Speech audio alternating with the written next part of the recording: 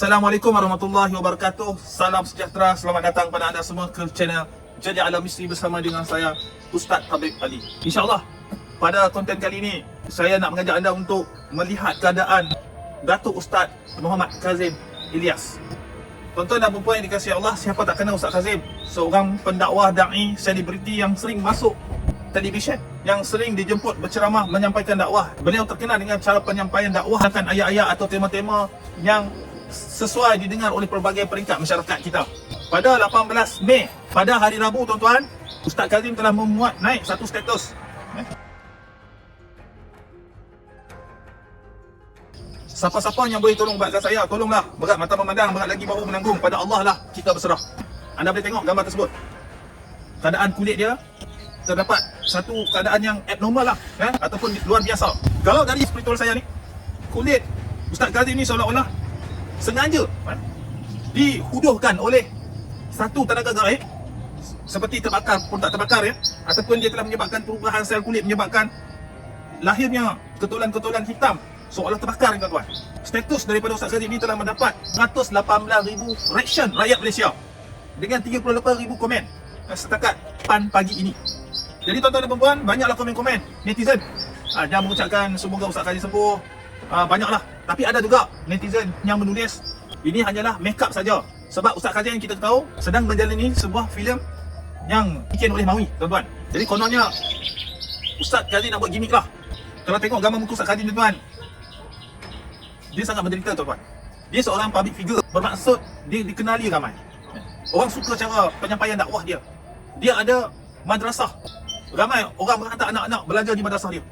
Jadi kalau menurut Ustaz Kazim, dia berusaha untuk melindungi penderitaan dia selama ni, yang di mana dia diserang sihir sampai dia rasa gelisah, sakit dan berbagai-bagai rasa lagi. Ini memang simptom biasa sihir, orang yang kena sihir. Dan daripada gambar ni kita dapat tengok Ustaz Kazim dalam keadaan yang dah putus asa, macam orang kebingungan, tuan-tuan. Dia dah tak boleh nak berfikir macam kita, tapi dia nak beritahu kepada kita, dia nak bagi tahu kepada kita. Tuan-tuan, orang yang kena sihir ni, selain daripada dia sakit disebab sihir, kalau sihir tu kuat, dia boleh mempengaruhi emosi kita. Sampai emosi kita ni tak nak jumpa orang, rasa rendah diri, rasa takut, tak bersabab, rasa panic attack. Ini semua gejala-gejala tanda seseorang itu disihir.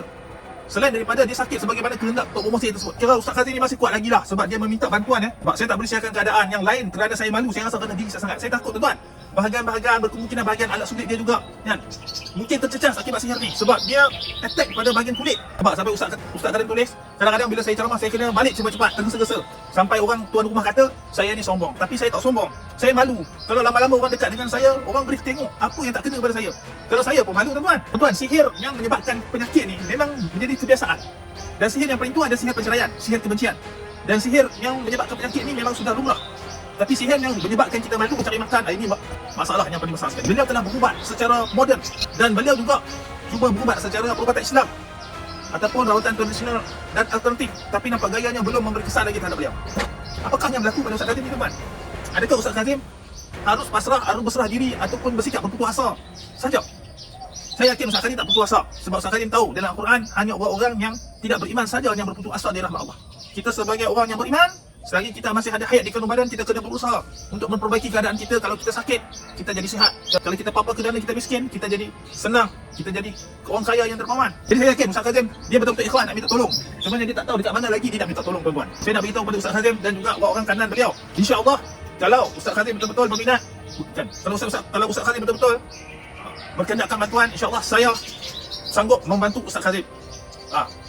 Dan saya minta Ustaz Kazim dan pembantu dia boleh menghubungi saya di nombor telefon di bawah berikut. InsyaAllah saya akan tolong Ustaz Kazim sehabis daya saya. Mengingatkan Ustaz Kazim ni adalah seorang da'i pendakwah. Gaya dakwah yang disampaikan Ustaz Kazim ini berjaya menarik orang supaya duduk mendengar hadis-hadis Nabi, ayat Al-Quran, kalam-kalam ulama, nasihat-nasihat yang baik. Jadi kalau kata Ustaz Kazim ni dah tak ada di tengah masyarakat kita, kita sudah kehilangan satu lagi permata. Walaupun bukan kehilangan dengan dunia, tetapi sihir, tuan-tuan, ulama mengakui bahawa sihir boleh menyebabkan kematian kalau tidak dirawat sebaik-baiknya. Jadi saya minta kepada Ustaz Kazim agar menghubungi Ustaz Kazim ataupun pembantu atau keluarga dia menghubungi nombor saya. Saya minta kepada netizen, saya minta janganlah kita membuat kata-kata yang menyakitkan hati beliau. Kita anggap Ustaz Kazim ni manusia biasa juga yang diuji Allah dengan sihir. Bukan dia tak tahu, bukan dia tak kuat, memang ini bahagian dia. Dan Alhamdulillah kita ni ditakdirkan sihat. Walaupun kita ni tak sealim dia, tak ada ilmu setinggi dia.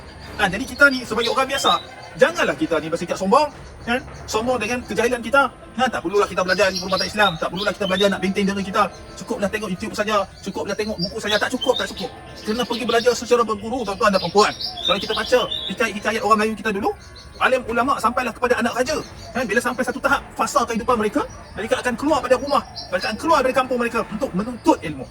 Jadi ilmu Allah ni luas. Kalau bab Islam pun sebenarnya ada bahagiannya namanya ilmu perawatan Islam atau perubatan Islam ataupun ilmu hikmah. Itu yang lebih klasik lagi sebutannya ilmu hikmah. Tapi tak ramai ustaz-ustaz asatizah kita yang nak belajar secara bersungguh-sungguh.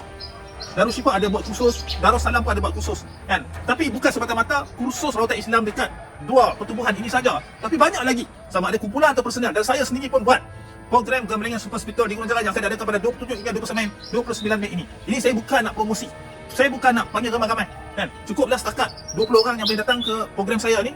InsyaAllah saya akan dedahkan bagaimanakah kita dapat merawat diri kita, membenteng diri kita, keluarga kita, dan kita dapat berhadapan dengan tukar-tukar sihir yang jahat ni. Ni saya nak beritahu, wahai tukar-tukar sihir, berhentilah kalian. Kalian pun orang Melayu, orang Islam, duk buat sihir terus, belum ini buat apa pada Ustaz Khazin ni. Kesianlah sama dekat dia. Kalian ni bukan saja bermusuh dengan Ustaz Khazin ni, kalian ni bermusuh dengan Allah. Allah yang menciptakan kalian, Allah yang menjaga kalian daripada kalian kecil dan pupuk ibu dia sampai sekarang ni. Kan? Tergabak kalian sebagai orang Islam mengupah orang-orang lain, atau kalian sendiri buat sihir, menyihir Ustaz Khazin ni. Di mana harga dan maruah diri kalian? Di mana akidah pegangan wahai tukang-tukang sihir yang berbangsa Melayu dan beragama Islam ni? Dan sebentar lagi kita tengok keadaan ni, apa yang berlaku pada Ustaz Khazin ni tak mustahil juga boleh berlaku pada kita. Maka kita kena sediakan payung sebelum hujan. Dan saya tengok tuan-tuan, saya tengok sebentar lalu, kalau tuan-tuan pun boleh tengok dekat Shopee, dekat Lazada, dekat mudah.com, dekat platform sosial media, betapa banyaknya barang-barang sihir ni ditawarkan, dijual kepada masyarakat. Seperti minyak mati dibunuh, seperti ilmu-ilmu sihir yang tidak diketahui asal dia. Okey, sebelum tu saya perlu ingatkan, kena tahu beza antara ilmu hikmah, ilmu tenaga dalam, ilmu metafizik dengan ilmu sihir. Kena beza. Sihir ni kita tahu dia bekerjasama dengan syaitan, dengan jin kafir untuk melaksanakan niat-niat yang jahat, untuk membinasa dan merugikan pihak target atau merugikan target tersebut. Jadi kalau ilmu hikmah, ilmu metafizik, ilmu rawatan alternatif yang mungkin kalau kita belajar perubatan Islam kita rasa macam kita tentang ilmu tenaga dalam dan aura ni kita rasa tak berapa suka sangat. Itu perbezaan itu kita boleh duduk semeja, kita boleh open table. Yang penting tukang sihir ni, gerak kerja ni, tukang sihir ni yang jual barang-barang sihir, yang nak ajar masyarakat ilmu sihir, nak membinasakan orang, termasuk yang membuka perkhidmatan nak menyihir masyarakat ni, kita kena atasi. Kita kena buat sesuatu untuk saja bagi pihak berkuasa. Tolonglah, jangan lagi biar orang perkara ni terus berlaku. Nanti lagi ramai lagi masyarakat yang akan disihir. Dan kita tunggu juga akta yang boleh menyekat tukang-tukang sihir, boleh menangkap, membawa tukang sihir ke muka pengadilan. Tapi sampai sekarang kita tak nampak bayang. Kan, bincang punya bincang, akhirnya perawat-perawat Islam yang duduk di kampung-kampung pun kena pergi kursus, kena pergi daftar. Tak apalah nak buat sistematik, tapi di mana akta atau enakmen yang khusus untuk tukang-tukang sihir ni? Kenapa mereka dibiarkan berleluasa? Kita senang aja kalau kata kita mungkin tak tahu dia buat sihir, tapi kalau kita syak, kan, pihak boleh diberikan kuasa untuk menggeledah, untuk memeriksa, kan? Kalau ada barang-barang sihir tersebut, seperti gambar yang dicucuk paku, ada objek seperti boneka yang dicucuk jarum, ini umum yang digunakan oleh tukang-tukang sihir, makanya kita boleh sabit dia ada kesalahan, kan? Tapi kalau perbezaan dari segi ilmu tu, janganlah kita sabitkan kita kata dia tukang sihir disebabkan dia mengamalkan kaedah kaedah penulisan wapak pada piring putih.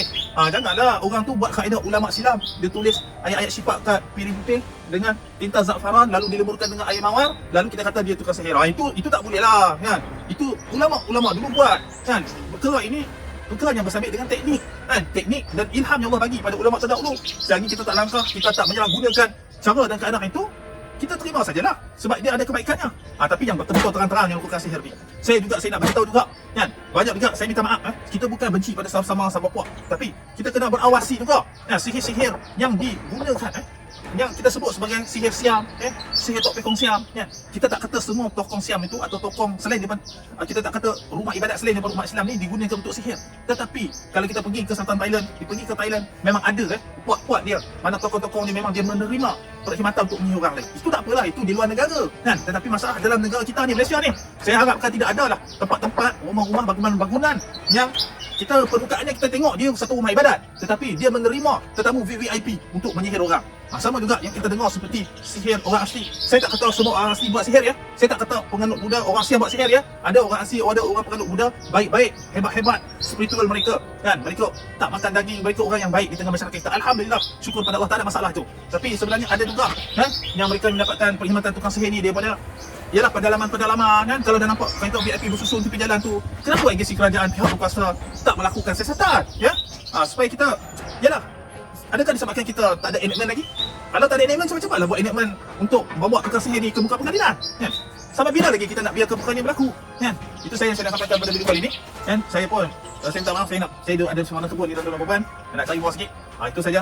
Saya sekali lagi saya ulang, kalau kata betul-betul Ustaz Kazim dan pihak keluarganya berhajat, boleh menghubungi saya di nombor telefon yang tertera dan termasuk juga anda. Tapi ingat, dalam kita perjuangan kita dalam merawat diri kita kena sihir ni, memang dia satu jihad yang sangat besar juga. Kalau sihir itu sekian besar, maka jihad itu akan semakin besar. Tapi insya-Allah, macam mana pun tukang sihir itu dia tetap akan kalah, dia tak akan menang. Jadi kita jangan berputus asa, jangan kita pencetkan diri. InsyaAllah Ustaz Kazim boleh sihat balik, boleh kembali ke masyarakat. Dan tukang sihir yang buat sihir pada Ustaz Kazim ni, marilah kita sama-sama netizen rakyat Malaysia semua doakan. Kita baca kunut dan silah. Khusus kita sebut nama Ustaz Kazim dan kita sebutkan agar penyihir-penyihir yang menyihir Ustaz Kazim ni dimatikan ilmu, dimusnahkan ilmu mereka. Mudah-mudahan diberikan kemenangan kepada sesiapa saja yang merawat Ustaz Kazim sampai ini. Assalamualaikum